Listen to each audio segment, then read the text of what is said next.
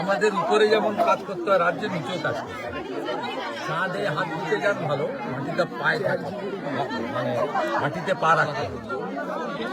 দাদা একটা রাজনৈতিক প্রশ্ন আজকে দাদা, নির্বাচনের আগে পাহাড়ে ধস বিজেপি কোনো ধস না, আপনাদের এই মিডিয়াতে ধস। কি ধস?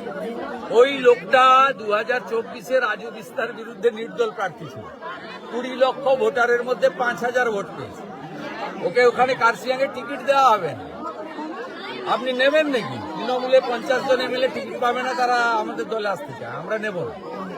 দাদা মানিক আমরা দেখে শুনে নিচ্ছি। আমরা দীপাঞ্জন চক্রবর্তীর মতো এক্স এনএসডি কে নিচ্ছি। আর তৃণমূল কংগ্রেস যত উড়াচ্ছে, ও লোকটা 24 সালে বিজেপির এমএলএ হয়ে বিজেপির প্রার্থীর বিরুদ্ধে লড়েছে, 20 লক্ষ ভোটারের মধ্যে 5,000 ভোট পেয়েছে। দাদা আজকে আপনি কুড়ান না ঝাঁটিয়ে ঝাঁটিয়ে, কোনো অসুবিধা নেই। দাদা মানিক ভট্টাচার্যের পথসভায় না, উত্তরবঙ্গে বইনি হবে না, আমি আপনাকে বলে দিলাম। 54-র মধ্যে 45-এর উপরে ভারতীয় জনতা পার্টি পাবে, আমার নাম করে লিখে রাখবেন, উত্তরবঙ্গে রাখবেন। তারপরেও 5-7টা যা পাবে ও অন্যরা পাবে, তৃণমূল ওখানে 0 পাবে।